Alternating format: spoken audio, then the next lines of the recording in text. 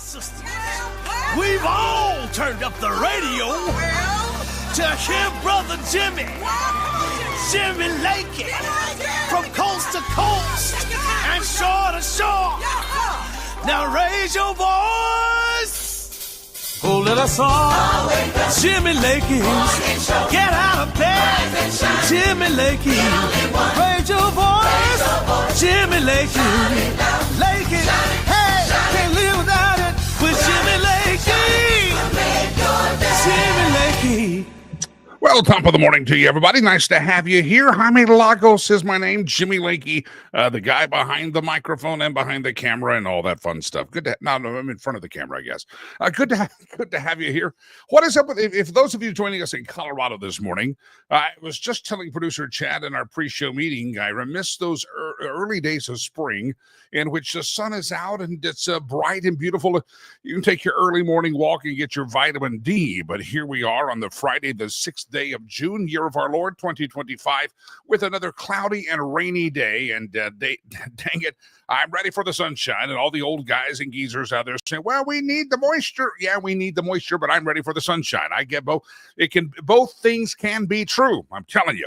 That is, by the way, if someone tells you, when you say, boy, I'm tired of this rain, when someone responds, well, we need the moisture, don't you just want to punch them in the throat saying, I realize we need the moisture, but I'm still tired of the rain? So anyway, I digress. Just my own personal pet peeve. My collar is, I got to buy those shirts. We got to get a sponsor, Chad, that has a producer, Chad, that has those collars that stay put. I'm looking myself in a monitor there, and I see my collar was laid flat, not showing much of a sense of fashion. And I apologize for those of you that depend on me for your daily inspiration on how to look good. You're welcome. All right, coming up on the program, we're going to talk agro-terrorism in America. Going to talk Russia and Ukraine. We're going to talk about all sorts of tariffs on the program. And yes, we're going to talk about brother Elon and Donald Trump having a big tussle. Anybody notice that? Maybe you heard about this. Brother Elon didn't like the big, beautiful bill, and he says it's a bad thing. Donald Trump says, I'm disappointed, and Elon says, well, I'm disappointed in you, and he says, well, you're fat, well, your mama's fat, and you smell like poop, and it goes back and forth, and it becomes two elementary and middle school rich men going back and forth. Well, you're on the Epstein list. Well, your mother is Epstein. I mean, it just goes back and forth. Supposedly, they're going to have a phone call today. But give me your thoughts on this thing. Of course, the media is obsessing over it. I have some theories about this, by the way. The media is obsessing over what it means, what it does not mean. And they're glad to see the breakup. Elon, sorry we were burning your cars up, but you want to be on our team now? We'd like your $300 million of campaign contributions. I don't know if that's a relationship you go back to. Oh, you burned my cars up. You called me a Nazi. The fat cows on The View said that I need to be deported, and now you want me to back in your party.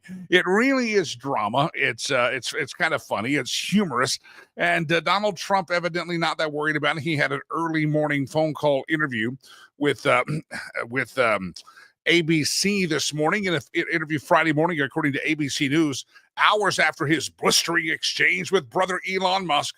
President Donald Trump sounded remarkably unconcerned about the feud, as if it weren't even the most interesting thing that happened on Thursday.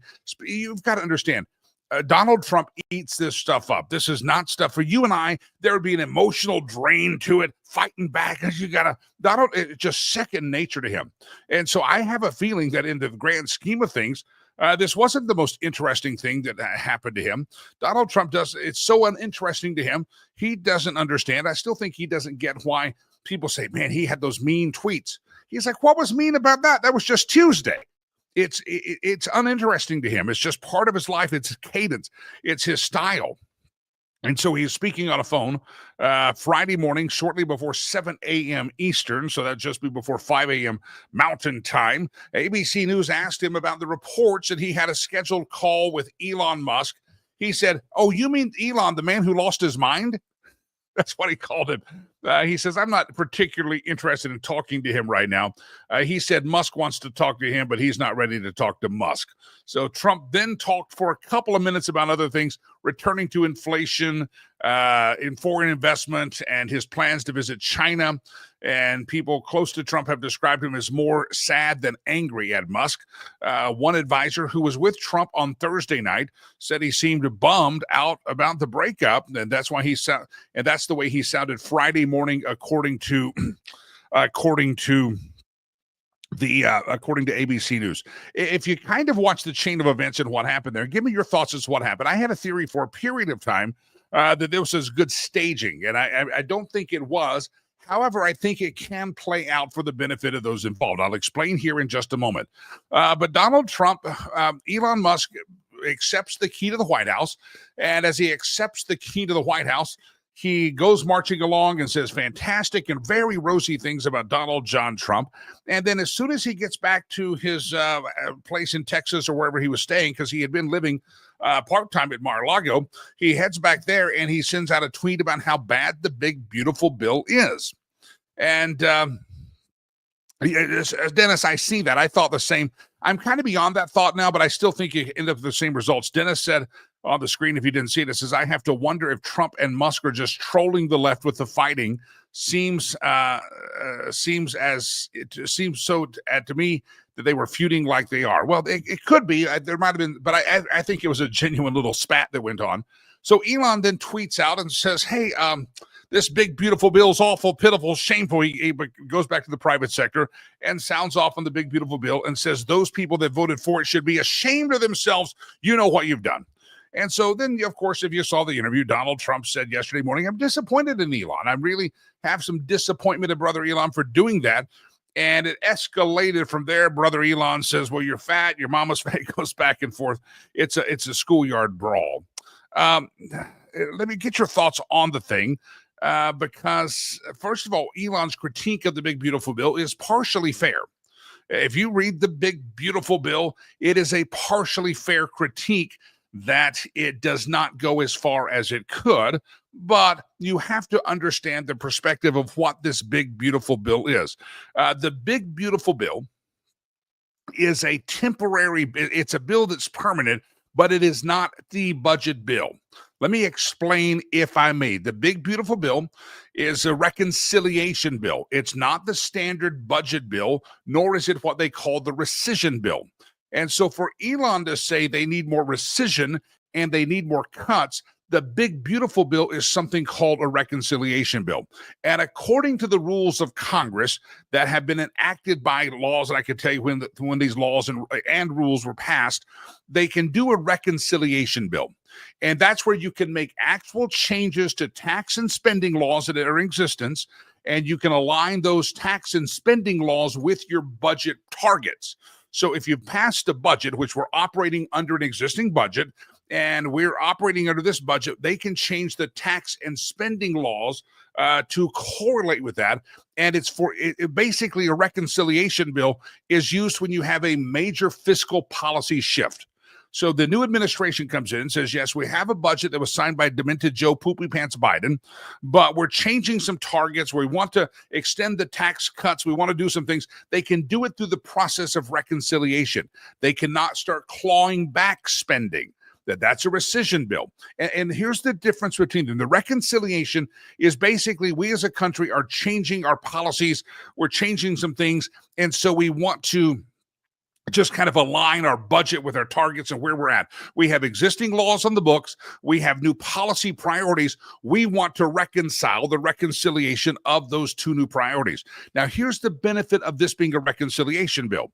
It is filibuster proof, meaning you do not have to hit the 60 vote threshold in the U.S. Senate to get it passed. Reconciliation can pass the Senate in a simple majority vote in the Senate.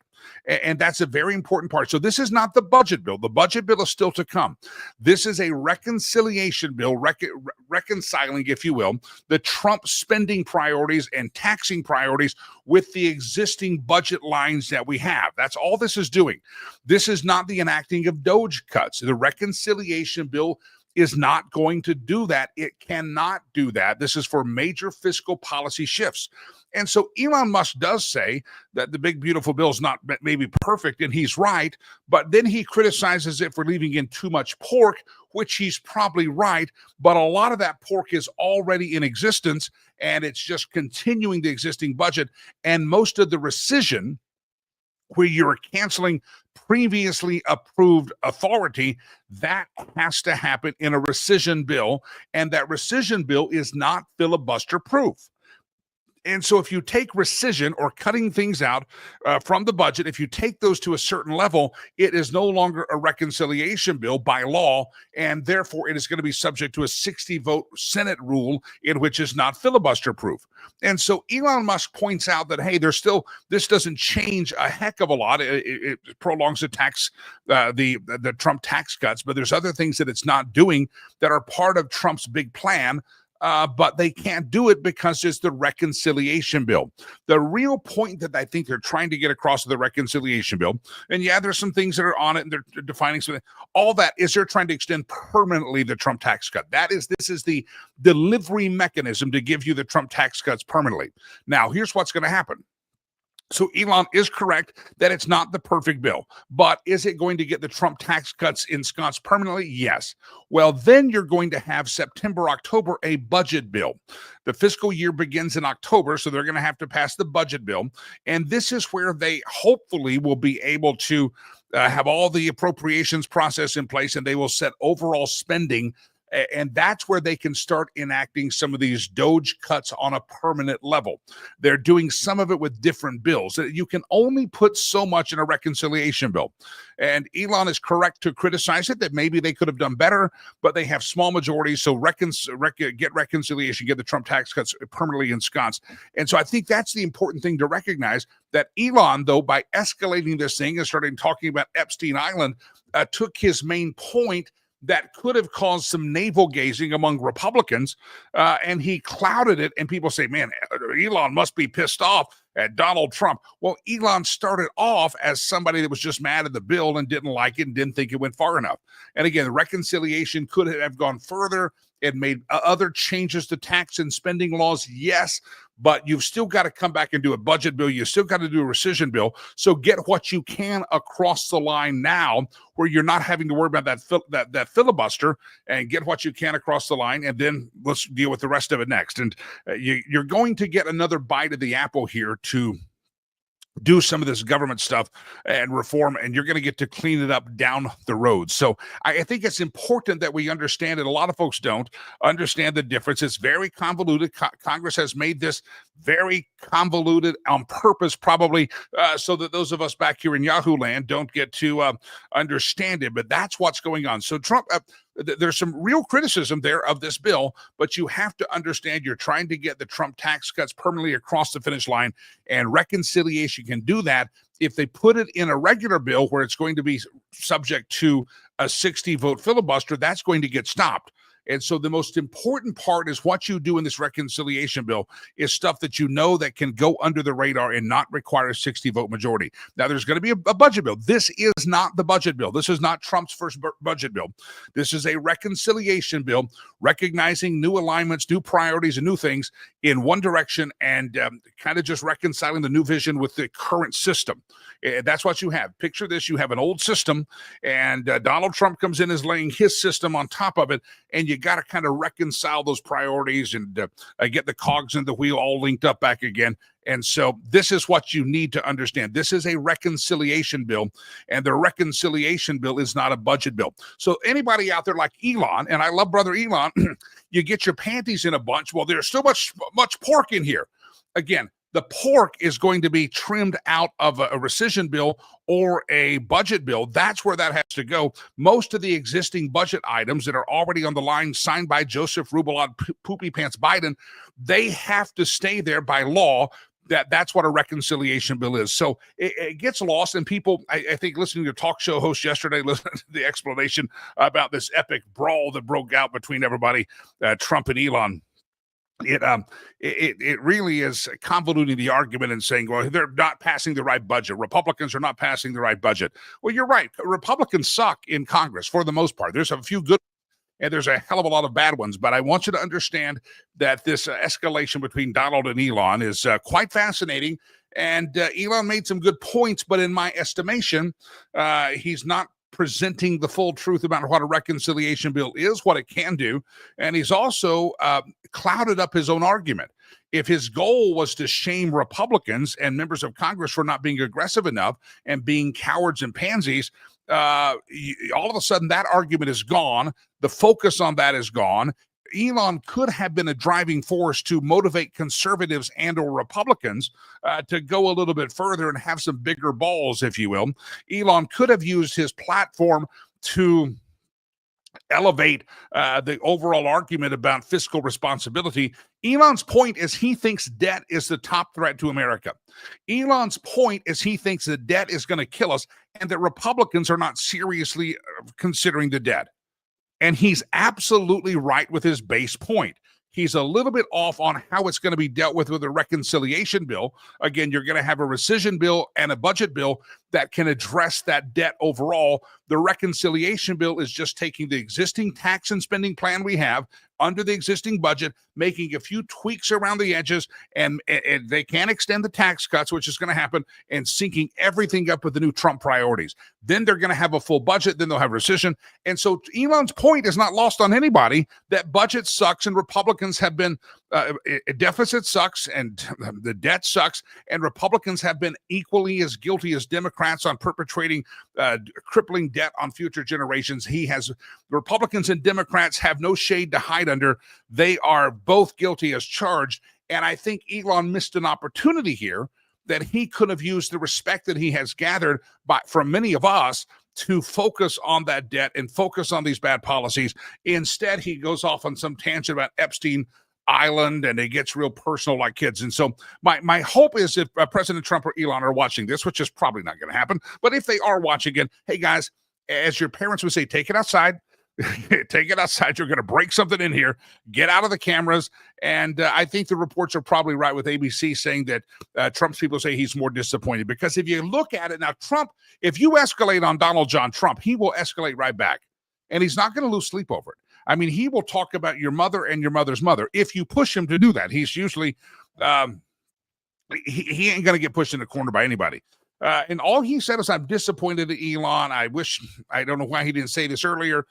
I didn't think what he said in front of the German chancellor was all that bad. But Elon says, well, you go to Epstein Island and you did all the stuff. And that's when it escalated. And Elon then, at that point, his points that he was trying to make, which were legitimate and probably could have brought about some reform and some change, it disappeared and out the keister, went down the keister.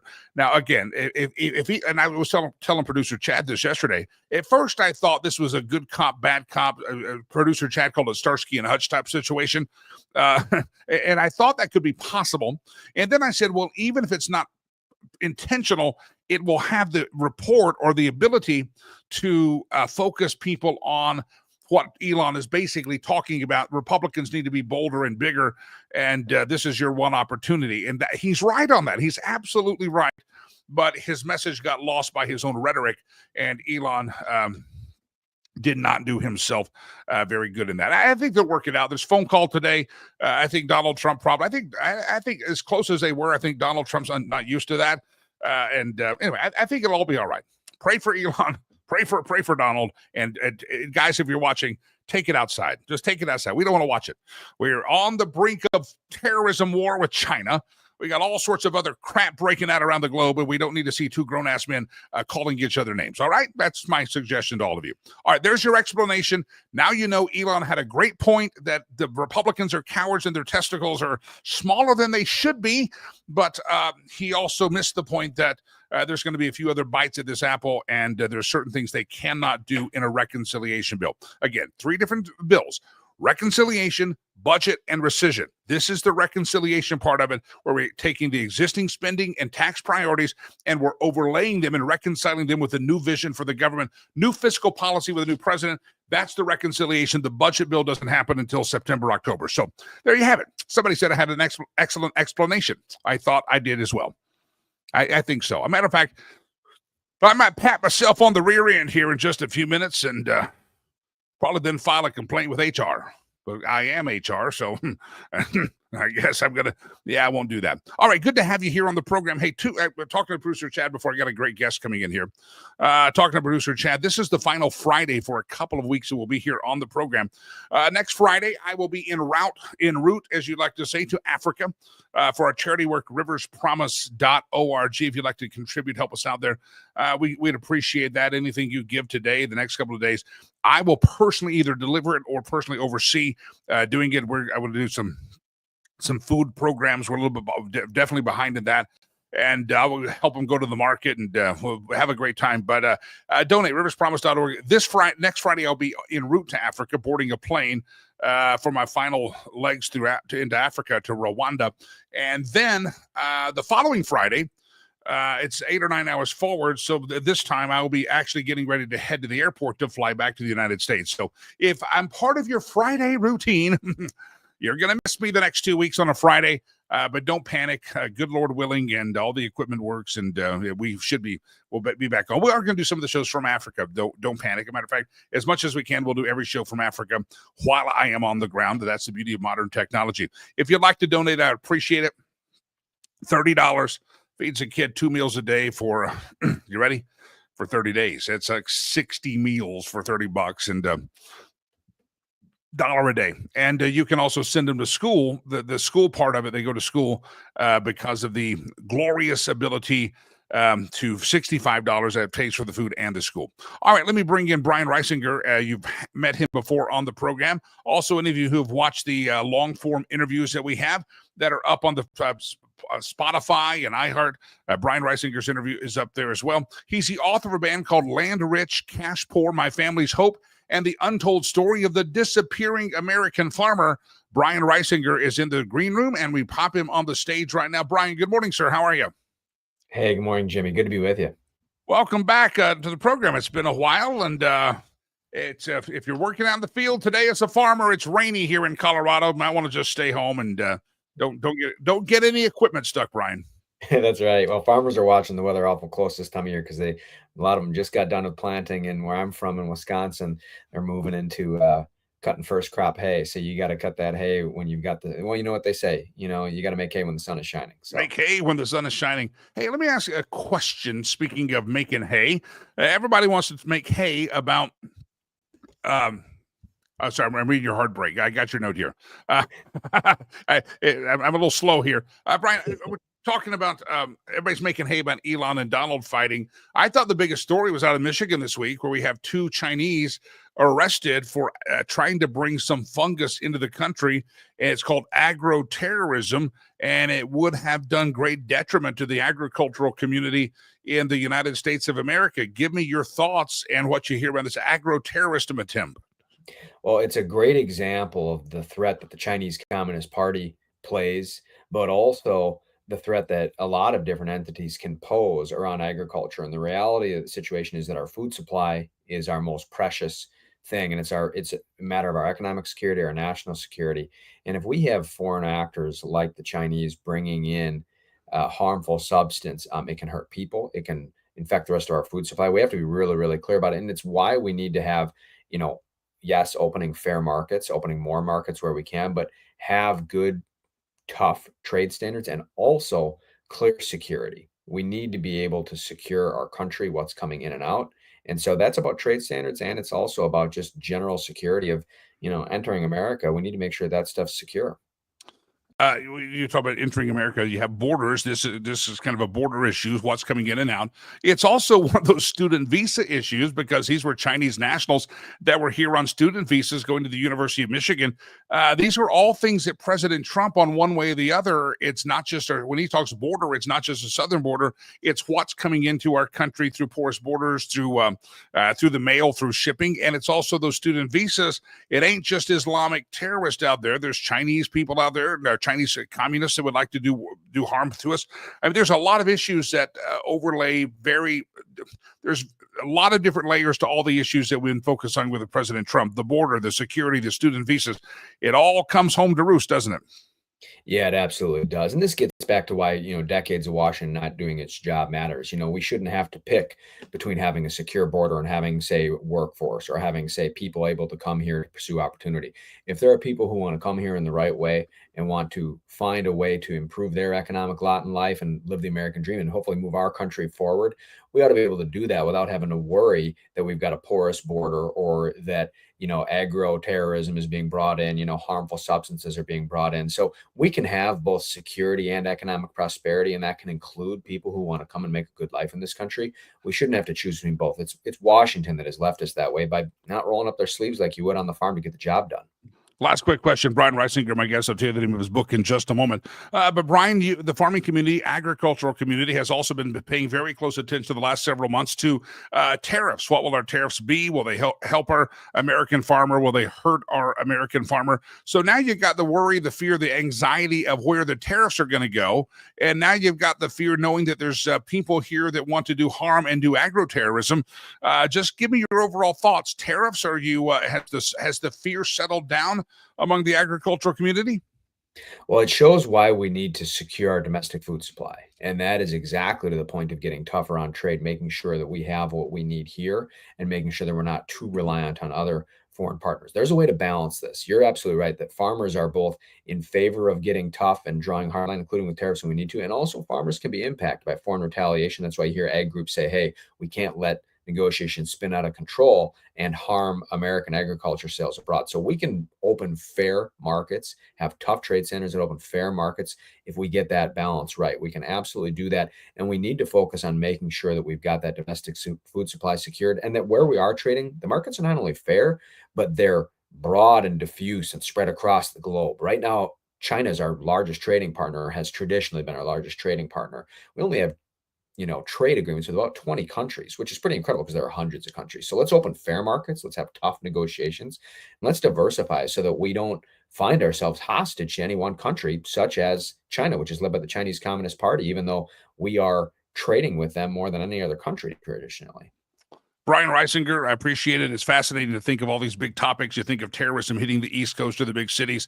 Now terrorism has hit Boulder, Colorado, just up the street from me. Agro-terrorism could have hit the farm near you. I mean, it's a very real thing when we talk terrorism. It's something that's right knocking on all of our doorsteps, and we got to pay attention. And the tariffs also as well. Brian, your book is called Land Rich, Cash Poor. Give us the 15-second elevator speech and why people need to pick it up. Absolutely. Well, prayers for everybody down the road from you and anybody affected by a lot of these issues. As far as the book, you can find it on Amazon or anywhere else you buy books online. You can also find it in bookstores nationwide. Just ask for Land Rich, Cash Poor. I appreciate anybody who spreads the word on these issues and gets the word out on what we need to do about it. Brian, with less than 90 seconds to spare, I get you out of here for your next interview. God bless you, my friend. We'll talk soon. Brian Reisinger. Thank you, Jimmy. Land Rich, Cash Poor in music radio. We call that almost like hitting the post is what that's called. That's when the DJ talks right up until the song starts. Boom, you hit the post. You're welcome. Trained professional here. I ain't no rookie. It's not amateur hour here, okay? That's that other thing that they're playing on real radio. All right, good to have all of you here. Rachel says hello from Loveland. Well, hello, Rachel. Hello from Colorado as well. If you're listening outside of Colorado, we'd love to have you. I saw Missouri check in earlier. There's Missouri popping up on the screen in real time. Arkansas popped in. Oh, Kevin, hello from Lakeland, Florida. Hey, Kevin, how's the real estate down there? One day, Brother Lakey may have to leave this, as my friend Roger says, this wolf-infested cesspool of Colorado run by damn Democrats. Florida is one of those places that could happen. Jim says, good morning from the monsoon-drenched Fort Collins. We get monsoon season here in Colorado, but this is not it. Monsoon season is like August, September. And here we are in like June. Is this really monsoon season? Anyway, anyway, we need the moisture, says the old farts. That's what they say. Hey, I got a question for you. There's a story. I love Dolly Parton. As a boy, I was fascinated with parts of Dolly Parton. Wow, those are. But as a man, I never think about that. I don't know. Sorry, I digress. Dolly, but this is a question of the day. I want you to sound off as I go to my next guest here. Dolly Parton did an interview recently, and it's the 40th anniversary of her amusement park, Dollywood, which I've never been to. It kind of replaced the old Opryland, basically. But Dolly Parton said that she has a food that every day she has to have it. She craves this same item every day in some form or fashion. And it started to make me think of my travels to Africa when I go. I was talking to somebody yesterday about this. When I travel to Africa, maybe this 2 days ago, talking to my friend Anthony, he's a weightlifter, big guy. And he was talking about what he craves for his cheat days, for his training. And I said, yeah, I understand cravings because when I go to Africa for a week, there's a couple of things I want. One of those is Mexican food. Yeah, I want some Mexican food. I crave it. I could probably eat that every day. I probably shouldn't, but I could. A good juicy, like a real good hamburger. You can get burgers at the Hotel Works in Rwanda where I go, but not great ones. Anyway, Dolly Parton says there's one food that really lights her fire, and every day she wants it. And I think my question of the day is, what food do you crave daily? What food is it that if you could, and whether you should or you shouldn't, you want this food every day if at all possible? What's one food that you crave all the time? What is the one food that you'd like all the time? And Dolly Parton, you ready for this? Dolly Parton is potatoes. She's one of those recognizable people on the earth, and she just wants a potato every day. She says, I just want a potato. It doesn't have to be anything glamorous. It doesn't have to be fancy. She just craves a potato every day. On the Today Show, she says, I have to have something with potatoes every day. I mean, I'm just one of those people that I can either have a baked potato, some mashed potatoes, some French fries, or something to do with potatoes, but I need potatoes every day in my diet. Dolly craves potatoes. My question of the day is, how many of you are like Dolly Parton? And I'm not talking about your chesticles. I'm talking about chesticles. I love it when I say that. I'm not talking about your chesticles. I'm talking about your I'm talking about your diet. How many of you want potatoes every day? What is the one thing, the one food that every day you crave it, you want it, you desire it, and really you say, I don't think I could live without this very long? Dolly Parton's a potato. What are you? You tell me. All right, a couple more comments from the screen. We go to our next guest here on the program. By the way, if you're new to the show, you're listening to the audio portion only with the podcast version, don't forget, subscribe to us. You're watching live right now, but if you want to listen to it later, you can go to Spotify, iHeartRadio, whatever that's called, that app, iHeart app, the Apple Podcast, Podbean. We're on all of these after the fact, and you can listen to us. And if you're just tuning in, I'm Jimmy Lakey. I'm the chief of the chit chat. Is who I am. The guru of gab, as some people call me, the blaster of the BS. I just made that one up myself. But you always just go to all the search platforms, look for Jimmy Lakey Unleashed, and I will be glad to have you here listening to us wherever you're listening to us at. Ray checks in on the YouTube channel. You see that little symbol? We know he's on YouTube. Ray says, morning from Oregon. I don't know, Hillsboro, Oregon. It disappeared quick. I'm not a speeder. Cody jumps in. Greetings, Jimmy and Chad from the corner desk. I wondered who that creepy guy was in the corner desk over there. No, he's not here. There ought to be a restraining order if he was here. Kevin already said good morning from Florida. All right, ladies and gentlemen, Douglas Ernst is in the green room, and I'm looking forward to the conversation with him. And if you don't remember Douglas, we'll let him introduce himself to the audience again. He's been with us many times, and all I got to do is say we should call him Corvette Douglas. That's what we should call him. Good morning, Douglas. How are you, sir? Oh, but do I have you there? I don't think he knows. Somebody cue him. Somebody pop him. There you go. Are you there, Douglas? How are you? Can't hear you. You can't hear me. Douglas can't hear me. Let's see if we can work that out. Douglas, something may be wrong on your end. You cannot hear me. La, la, la, la, la. So Douglas can't hear me. Everybody else can hear me? Don't know what's happening. Douglas is having a tough time with the hearing there. We'll try it again here. Douglas, can you hear me now? Can't hear you. I can hear you. You sound very good. Hi, how are you? Good to see you. You sound very good. Douglas, why don't you? I don't know what to do, Jimmy. I'm going to try to reboot, maybe. Yeah, well, yeah. Why don't you reboot? Do the old reboot. Yes, I'm doing that. I don't know what that means. Hey, here's something I got to tell you. I was listening to. Sorry. Anybody who knows American Sign Language, ASL, is horrified right now. I'm sorry. That's all I know. That's all I remember. I've lost my train of thought. I've totally derailed myself. Hey, listen, if you're one of those people that maybe you're listening to Brian going, man, that'd be great to have some land with some, maybe you're not a farmer, but you'd like to have kind of some land with some acreage. Maybe you'd like to have escape the big city. Maybe you're afraid of terrorism. Say, I want to get out of the metro area. I don't know. Everybody's got a different motivation for when it comes time to make a real estate transaction. You want to buy, you want to sell. Maybe it's a starter home for somebody out there. Maybe it's a downsize for somebody out there. I cannot tell you enough that this is the day that not just that the Lord has made, it's the day you need to reach out to Sherry Cree, homeswithsherry.com.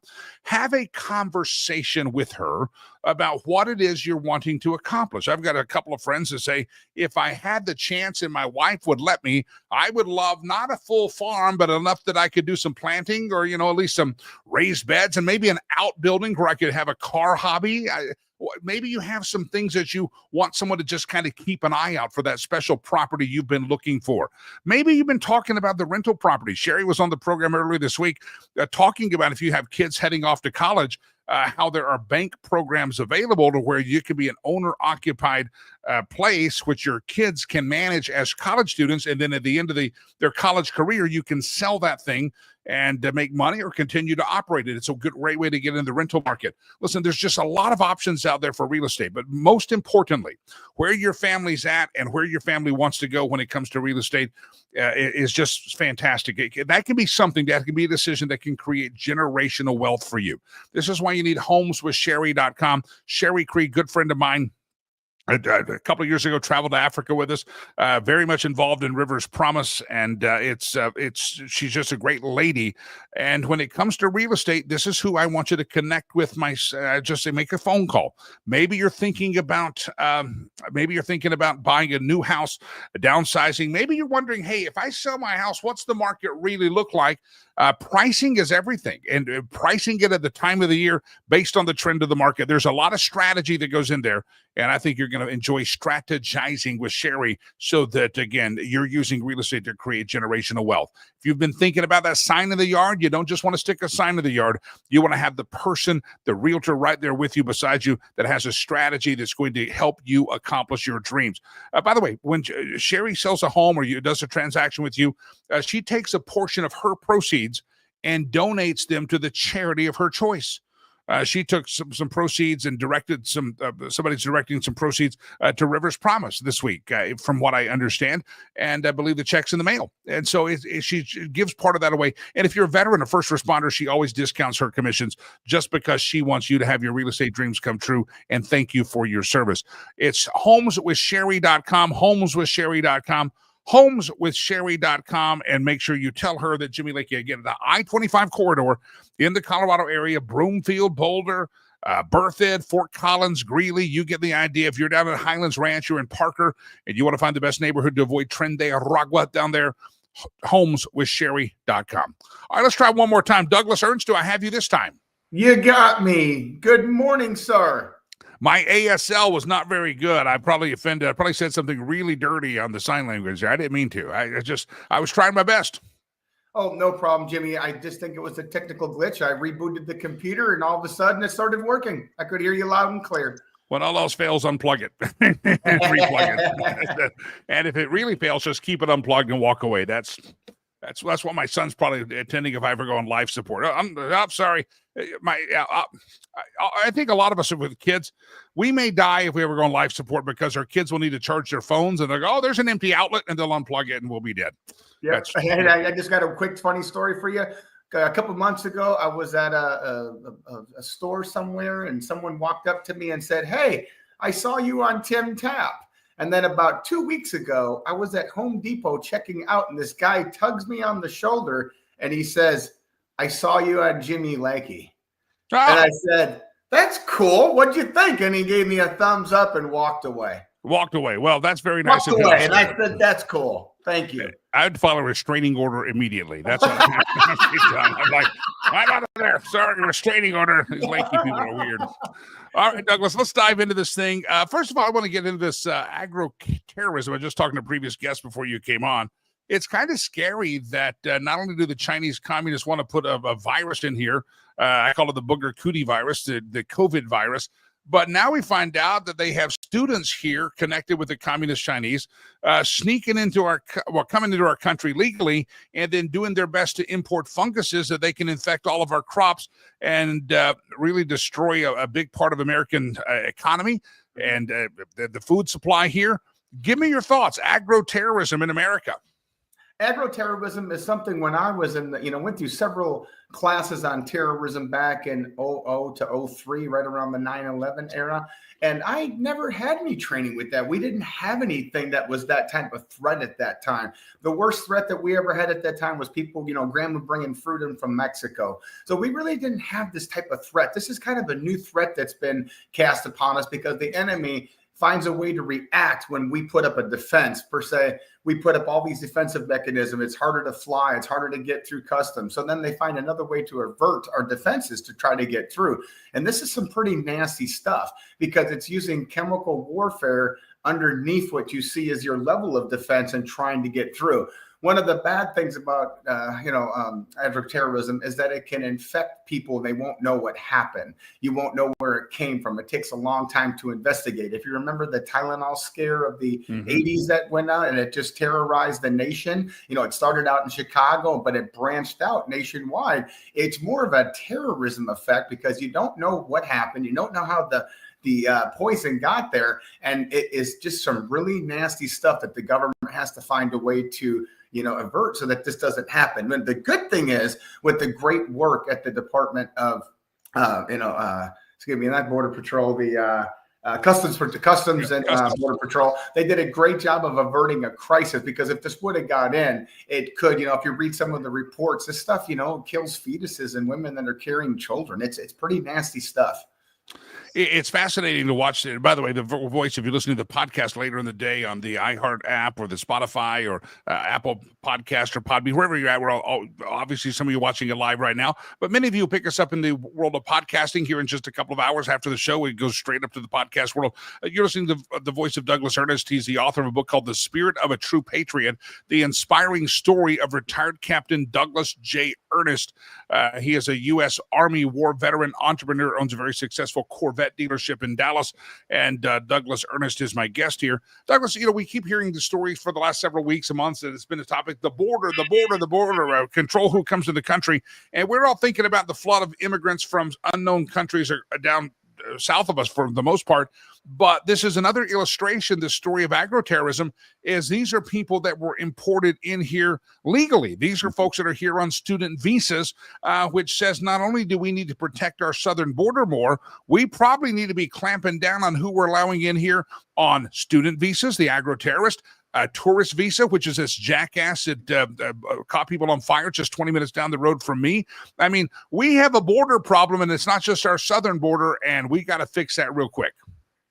And we have taken steps as a nation to correct some of these wrongs. We've just left the border wide open for the last 4 years, and we've also opened up these other avenues to get into our country. And these people that were coming that were supposed to do good, they're supposed to facilitate innovation in our country, but instead they've come in to commit terrorism against our nation because they don't believe in our ideologies and they don't believe with our political directives. So it's a very, very, very sad state of affairs, but that must be corrected. And you can see President Trump's administration has been making significant changes to these policies. And of course, we get these crazy liberal judges that think they have more power than the president, and they go and divert his decision-making policies.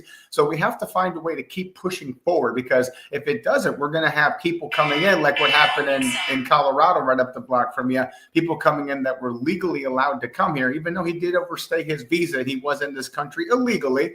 They will still be able to inflict harm on American citizens that need to find a way to have themselves protected, Jimmy. Again, the voice of Douglas Ernest. I'll tell you about his book in just a moment. Real quick, you have a military background. You've served your country. By the way, thank you. This is the 81st anniversary of D-Day today. So happy D-Day. We commemorate those heroes that fought in WW2, and God bless America. Douglas, this story out of Russia and Ukraine is quite fascinating. 18 months into planning, the Ukrainians put some drones in the back of shipping containers, drove many of them about 3,000 miles into the interior of Russia. Mechanically, the tops of those shipping containers opened up, drones fly out, and they destroy about 40% of the bombers of the Russians. Russia retaliated yesterday in Kyiv with a heavy bombing. Give me your thoughts. We keep hearing a peace between Ukraine and Russia, but it seems like we're getting some escalation. Give me your thoughts. From a strategic perspective, what Ukraine did was marvelous. But from a peace perspective, it was absolutely awful.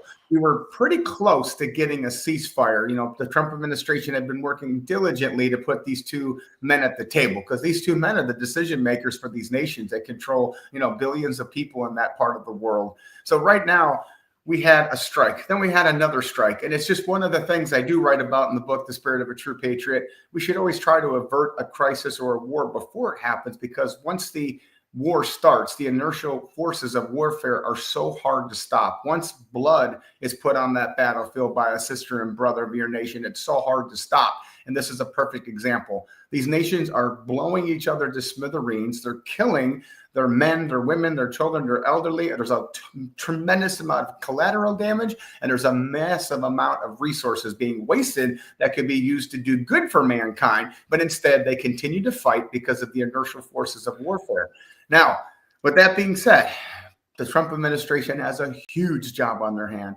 I have had, over the past year or so, 100 interviews on this Ukraine-Russia war and what's going to happen. And I really thought, and most of my colleagues in the analyst area had thought this was going to end, because it is, a modern day World War III, or, very, very close to it. We really thought this would end because both nations will want to destroy themselves from within, but it's just strategic planning, strategic operatives. If you look at any type of warfare training, leadership training, most wars end by destroying the enemy. And that's something that we don't want to happen in this part of the world, because the modifications of the future will be affected because nuclear weapons could be advanced. One thing about Ukraine, they did kill a third of the Russian nuclear capability with the missiles that they put this attack on. And then Russia, of course, went and hit them back very hard. Right now, I believe that the only way they're going to put a deal together is President Trump himself. Not these negotiators, but the man himself gets in there, brings these two together, find a way to stop the fighting, even if for a day, a week, a month, come up with a deal that works for both sides and bring this senseless war to an end, Jimmy. Douglas Ernest, let me ask you this question here.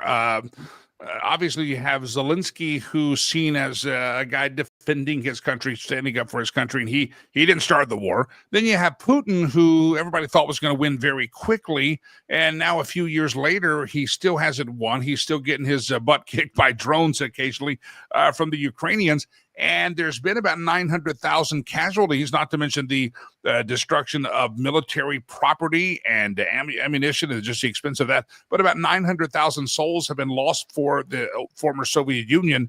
Is there at any point do the Russian people or other in the Russian government say, Vladimir, you've lost your ever-loving freaking mind. We've lost 1 million people. We're spending all this on the military. Is Putin safe here in the long run? Jimmy, that's a great question. And that's a question that they've been asking about the Soviet Union for the last 30 years. Unfortunately, he's in power. He's going to remain in power. Any type of revolt against that nation will be beat down. But no, Putin is the man in charge. He is the president of that country. He will not be taken out. His people cannot make a change. And the Russian people are very, very familiar with warfare. They are familiar with sacrificing. They are familiar with living well below their means of living and squandering resources and living with nothing to win a war and to keep the crisis maintaining, if you will. So they are just comfortable with this in that part of the world. Do they like it? Most likely not, because young men are going to the battlefield and dying aimlessly. They're importing soldiers from North Korea to go, a death wish and be put to the battlefield and die. But they continue because the inertial forces of warfare have propelled them forward. And if we, you mentioned, D-Day, World War II is at this point in time. if we talk about this 81 years ago, the world thought that our world was going to change and that Nazi Germany was going to rule the world. And that was the perspective of everyone around the globe. So if you decide that you're going to go fight on D-Day, you're pretty much giving yourself a death wish, because your chances of winning in your mind are less than 1%, because, Nazi Germany is the global superpower. But they did it. They found a way to avert this crisis. They found a way to overcome against all adversity. And we're hoping that it doesn't come to this in that part of the world. We need a super deal maker in there. We need to stop the fighting, the bloodshed, the warfare, because Russia is not going to stop. Volodymyr Zelensky has been giving everything. He's not a person, he's not a militaristic background figure. He doesn't have training in strategic leadership. If you do any research on him, he was a drag queen TV video show host. So, that's just the reality of it. I don't mean to diminish his skill sets, but that's just what his background is. He's not a war fighter. And he should not be in charge. If you look back, how in the world did this person get elected to that position to fight? In my opinion, it's through corruption. So I believe that there has to be a way to bring this to the end, to bring these two, because they're going to blow each other's to smithereens.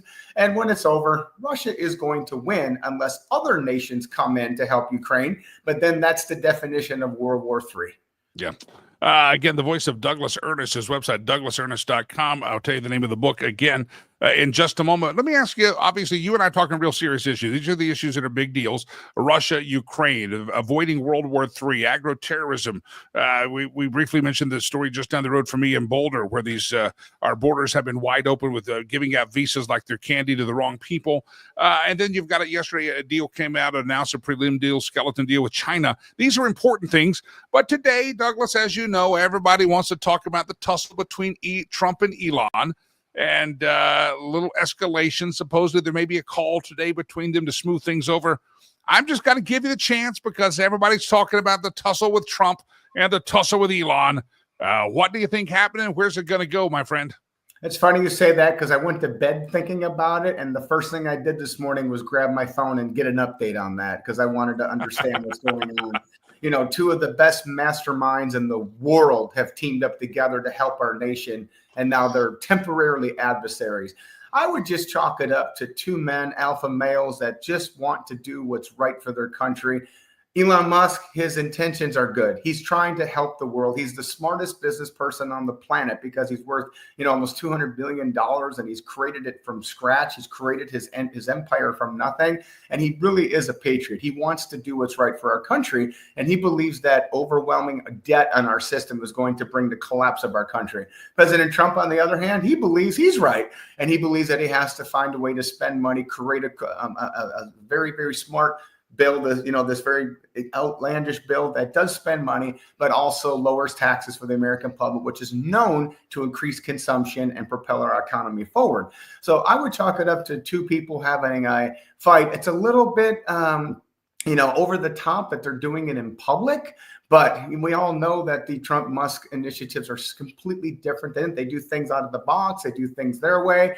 They don't like to be told what to do. And I think they're going to find a way to come together and settle this, because them together is so much good and greatness for our nation than to have these two masterminds fighting each other in public, which is going to, in essence, bring the, Republican Party into the toilet. So we want to make sure that they come together, find a way to put their differences behind them, and just find a way to meet somewhere in the middle so that we can move forward.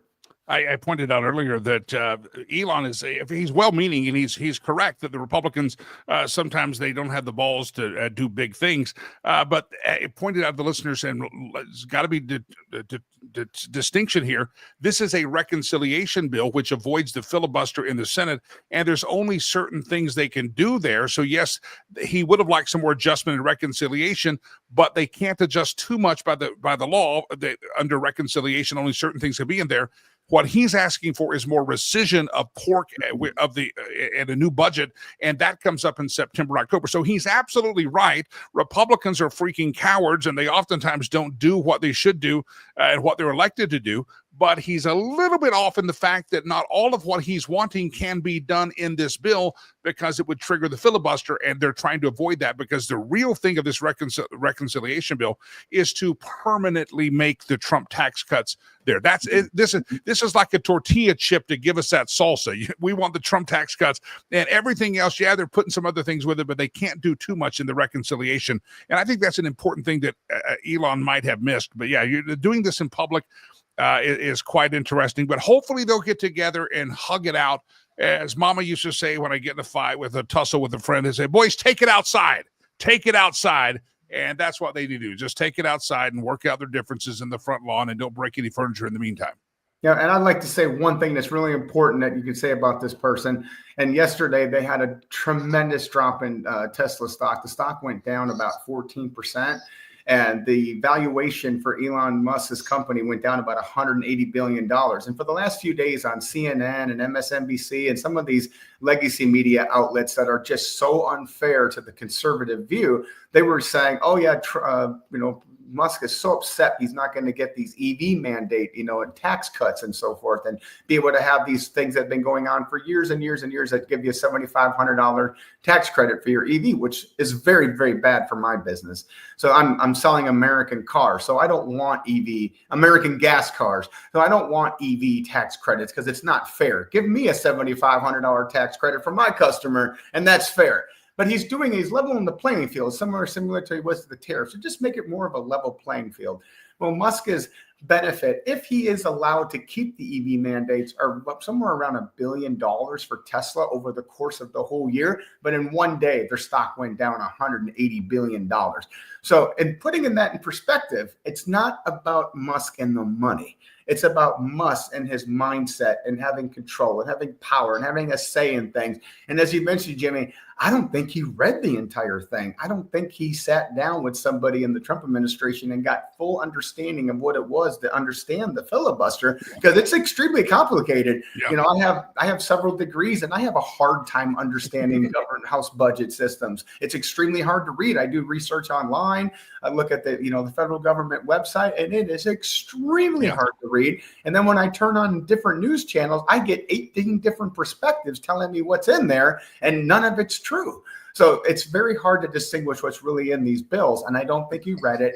And I think he went over the top. He said some very disrespectful things on social media yesterday, which is, counterintuitive to logic to talk to the president of the free world like that. So I would hope that President Trump has a little soft spot in his heart for the man that work to help him get in the White House, help to propel this country forward to success. And they've made tremendous changes in this country together. And if they can stay together, it's going to be great for our nation. And I hope this is squashed soon, because it's the number one news story, the number one thing on my mind when I went to sleep, thing in my mind this morning, and I'd like it to end as quickly as possible. I think it's interesting, though. It shows conservatives and or Republicans, however you identify, as, we're like, okay, that was disrespectful, Elon, but none of us, he has a different idea, differing opinion. None of us are ready to throw him out. We're not going to go burn down Tesla dealerships. That's the difference between us and the American left, is that we're like, okay, he can have a different opinion. Hey, Elon, reel it in there a little bit, buddy. Maybe you need to have an understanding about a reconciliation bill,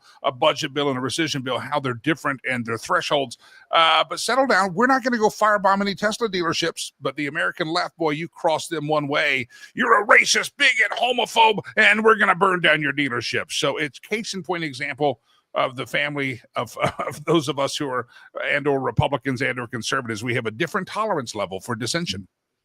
Absolutely. And that's something that's completely different between the left and the conservative in our country. Like you mentioned, Jimmy, if you do something to cross them, they use violence, and they also try to control the outside environment. As a conservative, when I would go to military school years and years ago, they would try to explain political ideologies. And during that time, I was just a kid.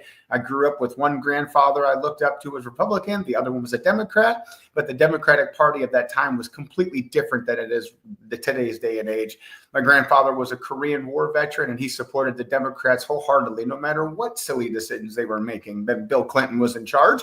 And I would go to these classes in the military leadership schools, and I was looking for my calling. I didn't know what I was going to do in my life. I didn't know where it would go. I didn't have my decisions and my ideologies developed at that time. I remember a professor in a strategic leadership class for military training, and he had tried to give a very easy view because we're just kids. Well, I was 21, 22, 23 years old, a young officer in the military. And he described these two systems very simply. It allows the viewers to understand us a little bit better. Conservatives believe that we can do things from within, that we are in control of our own destiny, that we can protect our own home, that we can protect our communities, we can take care of our schools, and that we can create things from nothing. We can create resources and take these resources and turn them into a product of resourcefulness, repurpose them, and make things out of nothing. We also believe in low government regulation because we believe that we don't want to control others. We want people to be free.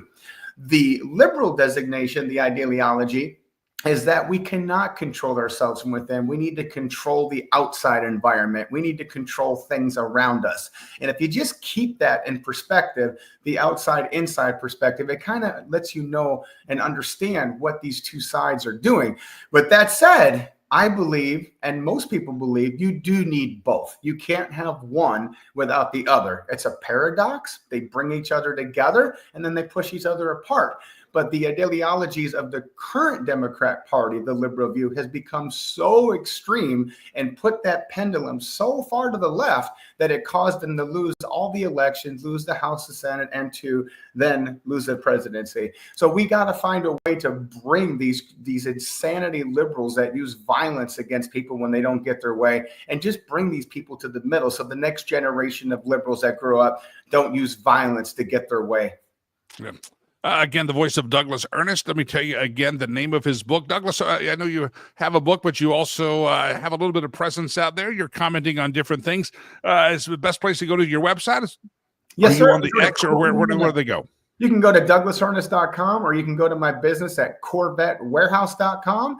And at corvettewarehouse.com, there's a meet the owner. You click on that, and it's got all different things about the interviews we do, the work we do for the veterans. One thing I'm very passionate about is supporting our veterans. I'm very, very passionate about Cowtown Warriors. I'd like to mention them because they help my people, my sisters and my brothers in my area that need a helping hand. So I encourage everybody to get on the Corvette Warehouse website, do a little investigating, and then find what clicks your niche on there and find a way to support Cowtown Warriors. And if you can, you'd be so privileged to be able to buy the book. $4 from each purchase goes to the Veterans Group. So anything you can do to help my fellow sisters and brothers that are less fortunate, that the government has not had enough resources to take care of, we would appreciate you. And I just love you back if for anything you could do to help my fellow veterans.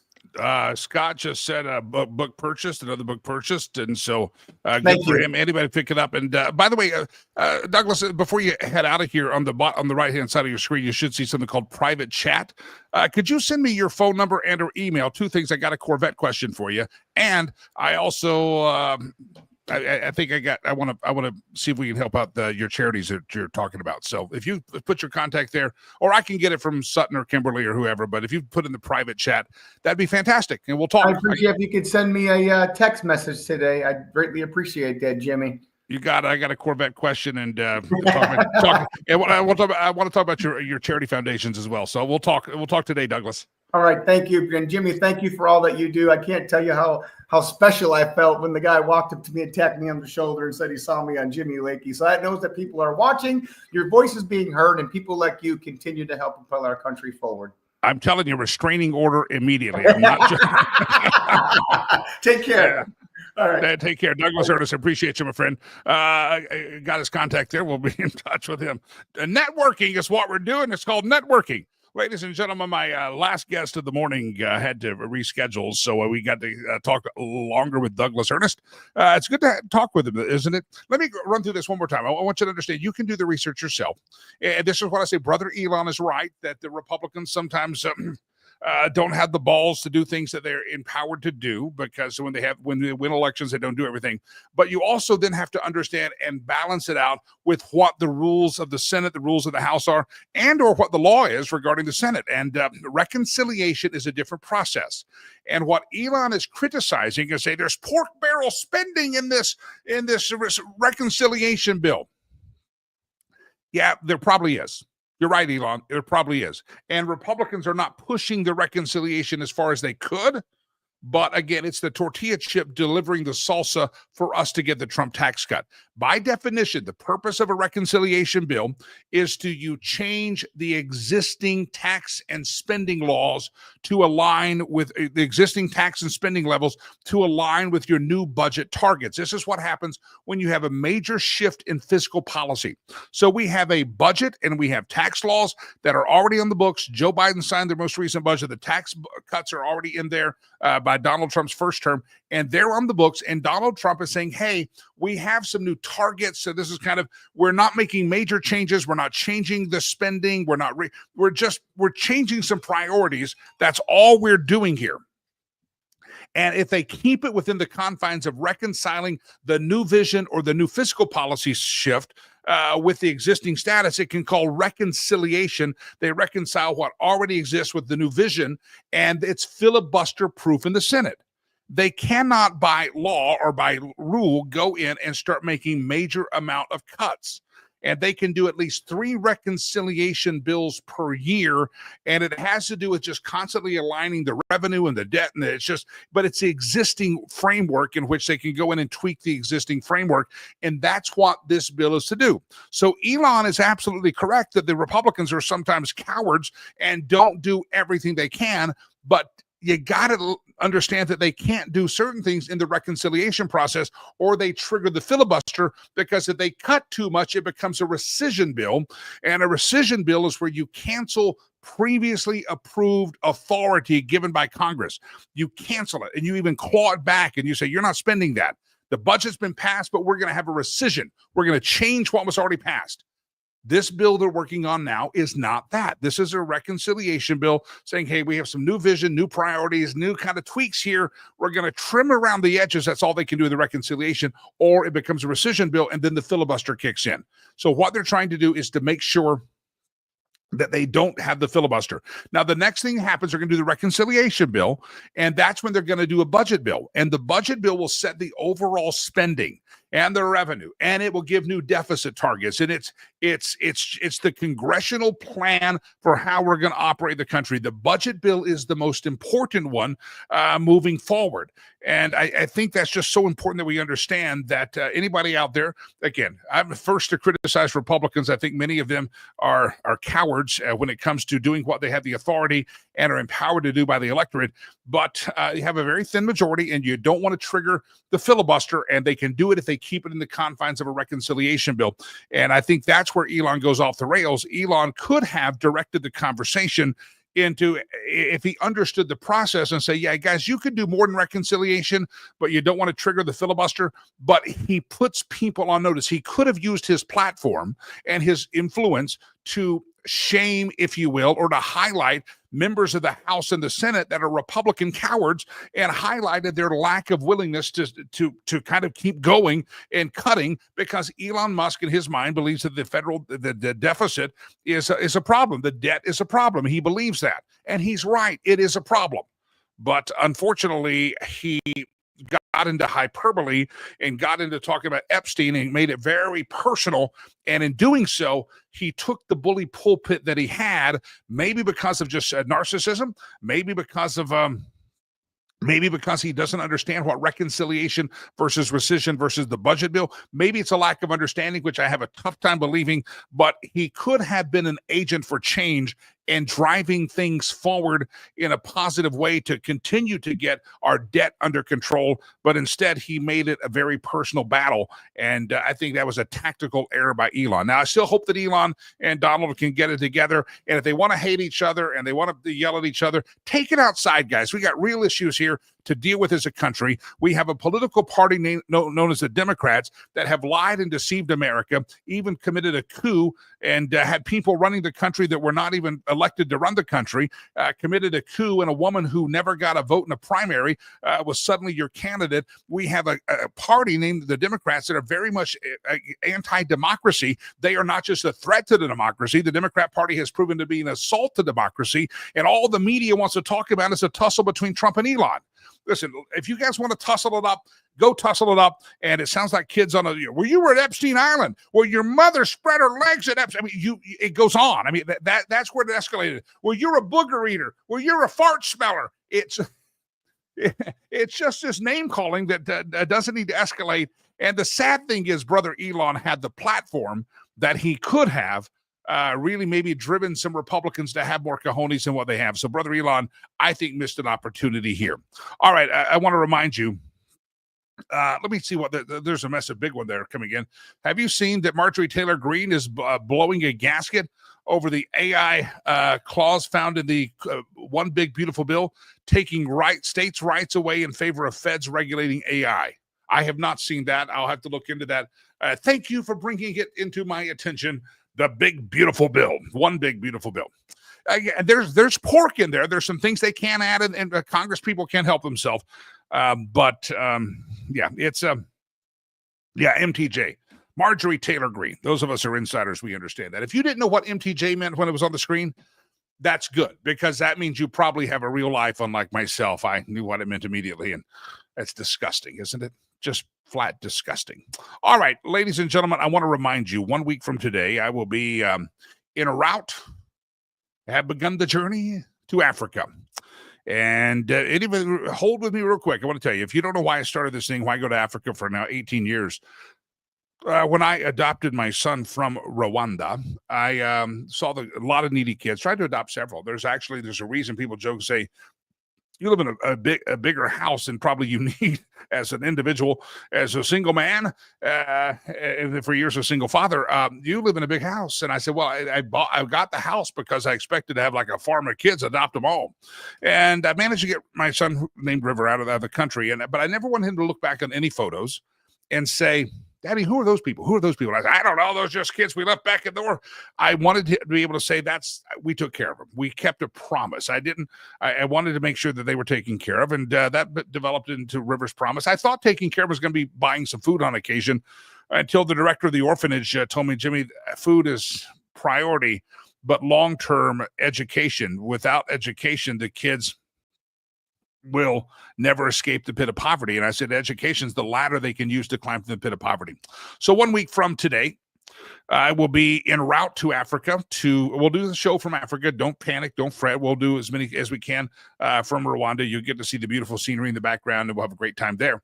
But if you could throw in a donation today, what you give today in the next couple of days is going to be one of those things that I will either be able to directly oversee it and directly influence how we take care of it. And it's all going to go to the kids. A couple of things. We have a food problem. We've had a food problem for over a year now, and this year has been particularly tough with our food problem because feeding a kid, we can send kids to school, and none of the children pay to go to school. They're either sponsored through sponsors here, or we just pay for them out of our general fund. We don't charge children to go to school. They couldn't afford it.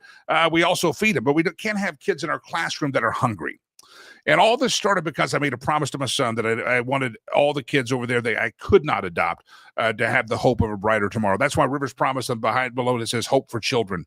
And so if you could help me give more hope to more children, I would appreciate it. I've been honest all year. We're behind. We've had a couple of things happen not organizationally, with donors and things that have set us behind, 2 or 3. And I appreciate your help. $1 a day feeds a child. $1 feeds them 2 meals a day. So calculate how many days you want to feed a child for and do the math. $30 is a month, 60. You get the idea. $365 can literally feed a child 2 meals a day for a year. It's pretty amazing, huh? 2 meals a day. If you sponsor a child, $65, that includes their food, but it also sends them to school. Again, we got to pay teachers and things. That would help us, $65. So if you want to do 10 months, $650 takes care of 10 months of education. You get the idea. If you can help, I'm heading over there soon. I'm not even asking for this, but if the Lord so moves you to do it, feel free. We have a kindergarten graduation that's coming up. We put the kids in caps and gowns, and it's very important. Kindergarten graduation can sometimes be silly, but over there, it's a big deal. Their parents are inspired by these little kids going to kindergarten because most of their parents never got to go to kindergarten. It is a big deal when your kid gets there. And it gives hope, and they see, wow, something is changing in my culture. Something's changing in my community. So the kindergarten graduation, it costs us not a lot, few $100, but if again, we're taking all of our general fund right now and we're dumping it into food. So if you'd like to help us with this general fund donation and say, the kindergarten graduation. I'll record your personalized message from the kindergarten graduation if you want to sponsor that. One thing we've had to cut this year, I'll just be honest with you, we cut this year is so far, it could change in the next 7 days, is our annual field trip. A lot of these kids have never been in a motorized vehicle. They've never. And Monday, I'll show you the photo of the field trip last year. A lot of these kids had never left their village, if you will. We loaded up buses and we shipped them in, brought them into Kigali and took them to a Kigali-style, African-style amusement park. And the kids did not have words in their vocabulary to describe what they saw. We were having to help them because they didn't understand what some of the things they saw were. Like there was a stone statue at the entrance. It was a fish or a dolphin, and it was a fountain blowing water. And they said there was a hard fish blowing water. And their parents were coming to us saying, what hard fish did you show them? Yeah, so if you can... If you, we're going to blow their mind. We've cut that from the budget this year because our food budget has been so tight. Our operation budget is so high. And the reason I keep pushing operation budget to you, my friends, even if you listen on the podcast, is because as soon as we can get this operation done, we have matching funds sitting on a corner or on a table, not on the table, literally they're in the bank, waiting to match that. We have over half of our secondary or half of our funding already in place, but we have to raise the other half before we can spend the first half. So if you can help us out with the operations, I'd appreciate it. And I'm going to be there 1 week, 2 weeks from today. I'll actually be hopping on a plane to come back here. But riverspromise.org, riverspromise.org, riverspromise.org, and make sure you give as the Lord leads you to give. And I appreciate you doing it. And that's kind of the heart of it and why I keep going back. This is all very, very personal. It's a promise I made to take care of as many kids as I could. And I got a lot of empty rooms in my house here because I was only able to adopt one, but that's all right. That's all right. I'll go over there and spread the love. And it's your love. Watch the videos and all that stuff. If you don't follow us on the Facebook, follow us facebook.com/riverspromise, facebook.com/riverspromise, riverspromise.org. You'll see the donation page, and I'd appreciate it. 1 week from today, I will be en route. So anything you give, I will have the chance to oversee and make sure it goes. And I'll send you some messages. How about that? All right, ladies and gentlemen, time for the stolen meme section of the show. Rounding up the week, round around the globe we go. Where we steal the memes from? No one knows. Milli Vanilli. Anybody remember them? You Gen Xers out there. Milli Vanilli watching TikTokers get famous for their lip syncing. If you don't know, if you're not a hipster and watch lip sync, it's a bunch of kids standing in front of microphones and they're lip syncing and acting like they're dancing to it. Milli Vanilli lost everything because they got busted lip syncing. And now people are on TikTok. Milli Vanilli, you're like an Edsel. You were before your time. Yeah, you were. I don't like this shirt on camera. Producer Chad, let's get wardrobe to get me a new shirt, please. Delilah, no more of this shirt. Get out of my wardrobe closet. Round around the globe we go like we have wardrobe. You've seen how I dress. This is a signature by Ronald Reagan. It says a quote, the minute you begin saying this is good or bad politically, you start compromising principle. The only consideration I want to hear is whether it's good or bad for the American people. Can somebody say amen? Amen. Say it again. Amen. It's a problem. We have a bunch of jackasses we send up to Washington, D.C., and they vote based on what's going to get them politically motivated and reelected, as opposed to go vote and do what the Constitution says and do what is best for America and for future generations, not for your little slimy political career. Oh, boy, would it be ever great if everybody lived by that rule? Oh, dear Lord Jesus, it would be. Round around the globe we go, where we steal. That was a big spin right there. That's a woo, people getting dizzy. Babylon Bee. We love it when we steal from the Babylon Bee. USS Harvey Milk to be renamed USS No Homo. Look it up. Just look it up. USS Harvey Milk. No homo. That's it. No homo. Yeah. Look it up. I'm not going to explain this right now. The Trump administration has decided that some things might have been misnamed in the U.S. military because because the previous administration was hell-bent on promoting transgenderism and LGBTQ. Hey, let's name some of our Navy vessels after homosexual causes. And the Trump says, no homo. That was kind of the Cliff Notes version, but it works. Round around the globe we go. Where we steal the memes from, no one knows. My doctor said that now I'm older, I need to install a bar in the shower. I hope those are plastic bottles. There's the maker's mark. There's the Patron. And is that the well? It's all the old bourbon bottles tried to make it look like Jack Daniels. Do you know Evan Williams and Jack Daniels used to be like competitors in the day? Evan Williams made in Kentucky, Jack Daniels made in Tennessee, but they were competitors. I read the Jack Daniel biography, and it was quite fascinating. They always competed at competitions. One's a bourbon because of the made in Tennessee, Kentucky. One's a Tennessee whiskey, but they were competitors. And there's a reason that black and white.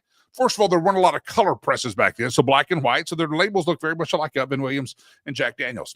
Do you know the House Bourbon at the Wynn Hotel, my favorite hotel in Vegas? One of my favorite hotels in Vegas is Evan Williams. That's the house. That's the well. The little facts you didn't know, did you?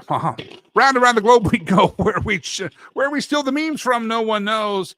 There's Donald and Elon, and the Babylon Bee says the headline: Judge determines Trump will get the nation on weekdays, while Musk will get it every other weekend in the holidays. Whose medical insurance are we going to be on? Whose insurance are we going to be on? Who's going to buy me my first car? Is it Trump or Elon?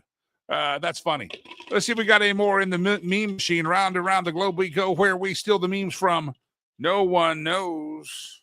Ladies and gentlemen, we have milked the meme machine dry, and that means it's time to wrap up the week. And again, next week we only have 3 shows before I begin the epic long journey to head to Africa on behalf of Rivers Promise, keeping a promise I made. And I mean this as the chief of Chit Chat and as the commentator of all the things that you love to hear. I mean this from the bottom of my heart. I would appreciate your help and your input as far as into donation. I cannot do what we do alone. The promise I made to my son, I kept it for a couple of years all by myself. I took care of several kids, and I've taken care of kids. I've rented houses. I got a need from a kid that I know that has messaged me even during this show, and I don't know what he wants, but I guarantee it's money. And I do a lot of that stuff just out of my pocket.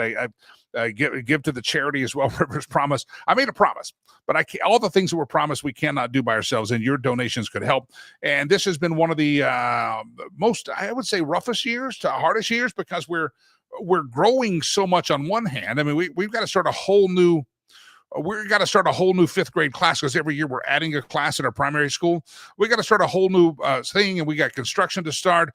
We got a budget thing here. It's been a trying time, and you guys have been fantastic. Even this week, some of you have been sending a little donation here and there. And don't think your donation is too small. Never, ever, ever think. The Bible says that don't despise small beginnings. And sometimes if all you can give is, remember the lady, the little widow, she gave all she could. She only had just a couple of alms. She had a couple of pennants of coins. And the Lord said, that's bigger than what these people did. These blowhards did. So don't discount a small gift. You hear $30, say, Jimmy, I can barely give 3. Well, if you feel led, give the 3. Whatever the case may be, we're going to put it to work, and you're giving as unto the Lord. And that's the most important thing. As a Christian organization, we want to make sure we're not just feeding bellies, we're not just feeding minds with education, but we want to make sure we're also feeding their spirit and heart, and letting them know that there's hope after this planet as well. And that's what we do at Legacy Christian Academy. Riverspromise.org, riverspromise.org. All right? I think I've said enough for today. I mean it from the bottom of my heart. Good morning, Arloa. Sorry you were late. Go back and listen to the rest of the show. She says, you have explained the bill better than anyone else I've heard. Elon needed to hear you. Hoping for the reconciliation. I surmise this is a reconciliation bill. We're taking existing spending policy, tax policy, overlaying it with new vision, reconciling the two. That does not require a filibuster. They can't filibuster that. If you get into too much rescission, cut, that is not filibuster proof, as is the budget bill. The budget bill, this is not the budget bill. It is a part of a budget bill, but it's not the budget. The budget's set in October. That's when your fiscal year begins. This is also the reconciliation. The debt ceiling has to go up because it was going to expire. They're not real functional there in Washington, D.C. But if you understand the dysfunction, the broken parts of their dysfunction, then you work around it. And so this is kind of again, the main part of this reconciliation bill is the permanentization of the Trump tax cut. And make it permanent. This is the chip that the salsa is being delivered on. It's a delivery mechanism. That's all it is. There's a reason. they're not the Social Security, some of the tax stuff, that's not in reconciliation. They have to take the existing tax plan and reconcile with what is already with the new vision, but it's not new tax law. This is they can't do some of these things. So some of the Trump, they got to get the Trump tax cuts made permanent, and then they'll have to start adding these other things later. It's not all going to be one big fail swoop. It's going to be individual battles, but this is a battle that does not have to have a filibuster or doesn't have to have 60 vote approval. And Elon's right. Republicans are cowards at times, but he's also wrong to think that there could be too much rescission, because then that would trigger the filibuster.